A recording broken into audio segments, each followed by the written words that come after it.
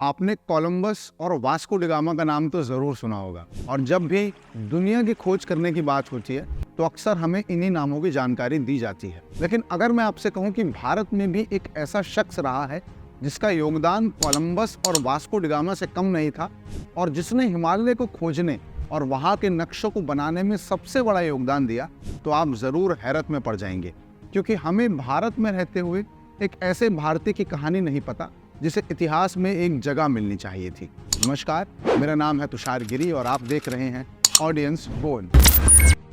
21 सितंबर 1830 को कुमाऊं उत्तराखंड के जोहार घाटी के एक छोटे से गांव में एक बच्चे का जन्म हुआ जिसका नाम रखा गया पंडित नैन सिंह रावत। नैन सिंह रावत के पिता का नाम था अमर सिंह और क्योंकि घर की आर्थिक स्थिति ठीक नहीं थी, इसलिए बचपन से ही नैन सिंह अपने पिता के साथ तिब्बत के साथ होने वाले उनके पारंपरिक व्यापार के साथ जुड़ गए और यहीं से उनकी बतौर पर्वतारोही जिंदगी की शुरुआत हुई।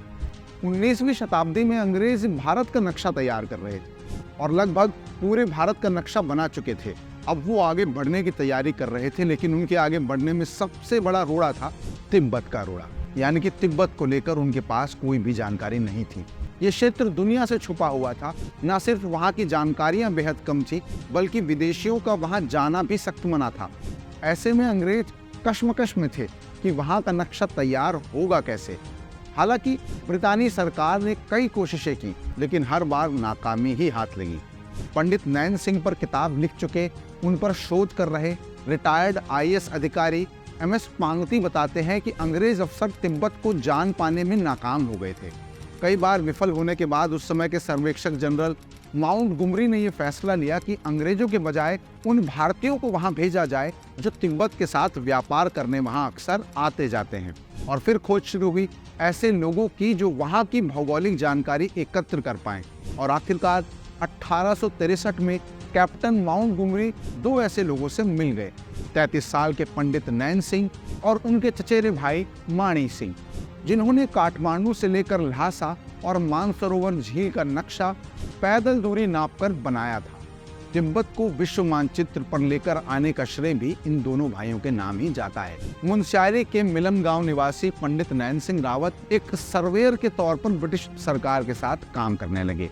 वो दोनों पैरों के बीच में 33.5 इंच लंबी रस्सी बांधते थे। चलते हुए जब 2000 पग पूरे हो जाते तो उसे 1 मील माना जाता था। ये नैन सिंह की ही समझदारी का एक नतीजा था कि तिब्बत का एक सटीक नक्शा तैयार हुआ। पंडित नैन सिंह को उनके इस अद्भुत कार्यों के लिए देश और विदेश में कई पुरस्कार पदक भी मिले। रॉयल ज्योग्राफिकल सोसाइटी ने उन्हें स्वर्ण पदक देकर सम्मानित किया था। उन्हें स्वर्ण पदक प्रदान करते हुए कर्नल यूले ने कहा था कि किसी भी अन्य जीवित व्यक्ति की तुलना में एशिया के मानचित्र तैयार करने में उनका योगदान सर्वोपरि है। पेरिस के भूगोलवेत्ताओं की सोसाइटी ने उन्हें सोने से जड़ी हुई घड़ी भेंट में दी थी। लेकिन नैन सिंह का यह सफर इतना भी आसान नहीं था। वो तिब्बत और हिमालय के ऊंचे पहाड़ों और दुर्गम रास्तों का नक्शा बनाने में ऐसे गुम हो गए कि 16 साल तक घर नहीं लौट सके और उनके 16 साल तक घर नहीं लौटने पर लोगों ने उन्हें मृत तक मान लिया था। लेकिन पत्नी को विश्वास था कि वो जरूर लौटेंगे। वो हर साल उनके लिए ऊन काटकर एक कोट और पैजामा बनाती थी।